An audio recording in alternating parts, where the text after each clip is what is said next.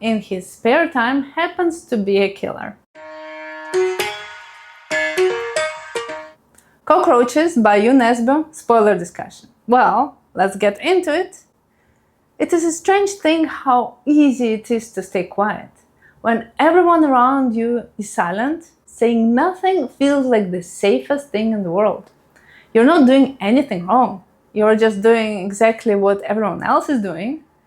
And the moment passes and life moves on, and it is like nothing ever happened.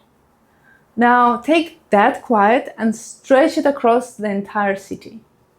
For me, that is what the story is all about. The bad was about the guilt, what eats you after the damage is done. This one is about responsibility, taking it or avoiding it. And here we have so many people who prefer to avoid, to ignore, to look away. I mean, right from the start, when the ambassador is found dead in a Bangkok motel, what does the Norwegian government do? They don't send their best detective, let's face it. They send Harry Hole, a drunk, precisely because they expect him to fail and to stay quiet about that, while giving the illusion of doing something. Because the ministry doesn't want the truth, it wants the silence. The ambassador's private life didn't fit the image his party was selling, so they hid the man in Bangkok while he was alive. And now that he's dead, they want to hide him even deeper. A whole government built around not looking. But it is not just Norway. In Bangkok, it is almost a system.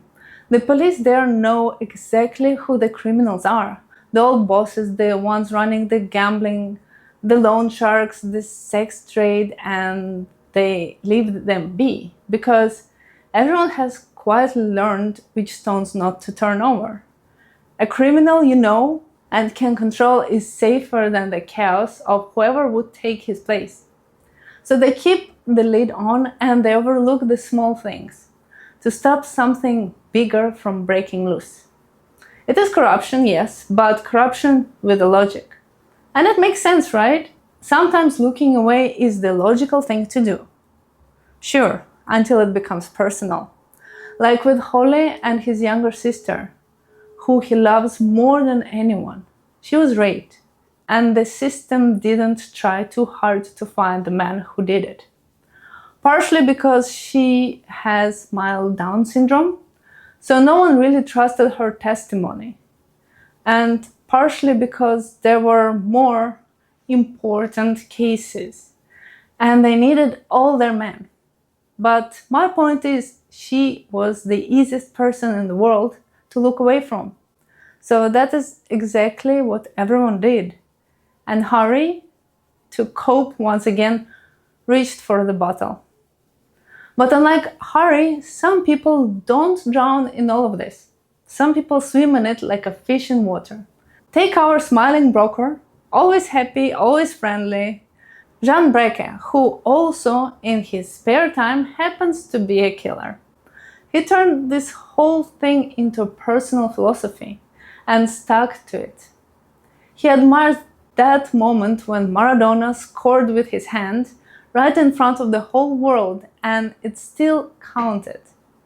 Because the referee didn't see it, and for him, that is not just football. That is how the whole world works. Lies, betrayal, even murder. All fair game, as long as no one is watching. And that is bitter joke underneath the whole book. The broken drunk they sent to Bangkok precisely because he would look away, becomes the only one who won't. Everyone told him to stop, close the case, go home. But he didn't. Maybe because he already knew looking away is not harmless, it is a choice. And someone always pays for it.